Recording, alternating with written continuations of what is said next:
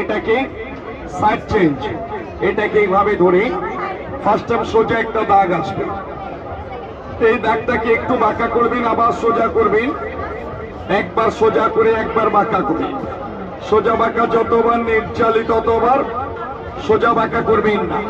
খালি সবজিকে এইভাবে ধরে খালি হালকা হাতে এটাকে ছুঁয়ে ছুঁয়ে যাবে, সেট 600। এইভাবে সিঙ্গেল সিঙ্গেল ভাজি হবে, এভাবে কুচি ভাজি করবে।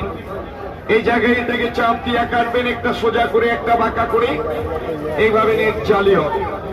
সবচেয়ে মুশকিল আইটেম কাটবেন, কাটতে গেলে কান্নাকাটি শুরু করে, আর কান্নাকাটি করা লাগবে না, এইভাবে টাচ করবে আর এই সাইডে কাজ করবে।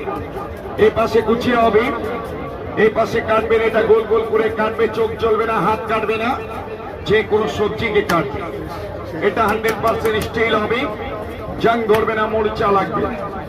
এটাকে এইভাবে ধরে তরকারির জন্য আলু কাটবেন, সেন্টারে বসাবেন আর একটা চাপ দেবেন, 6টা ভাগ হবে।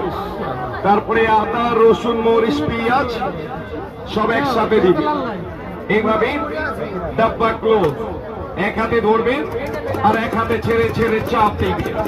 এটা পেঁয়াজ, আদা, রসুন, মরিচ, ধনিয়া, পুদিনা, পালা, বাতু, हसरा हब्बा ताल सूप नगीना तुमको नैया कुछ चाहिए कीमा कीमा बारीक बारीक এইভাবে সবকিছু কুচি কিমা করে কাটবে। সাথে একটা চপিং বোর্ড থাকবে চপ করার জন্য, সাথে একটা ম্যাকারনি নাইফ। এটাকে এইভাবে ধরে এইভাবে কাট করবেন, একটা দুইটা তিনটা চারটা পাঁচটা এইভাবে কাট হবে।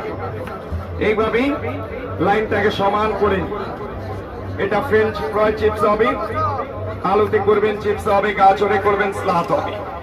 এইভাবে সবকিছুতে ডিজাইন আলা চিপস করবে। সাথে এটা থাকবে, সাথে একটা ফুল বানানো মেশিন থাকবে। এটাকে এইভাবে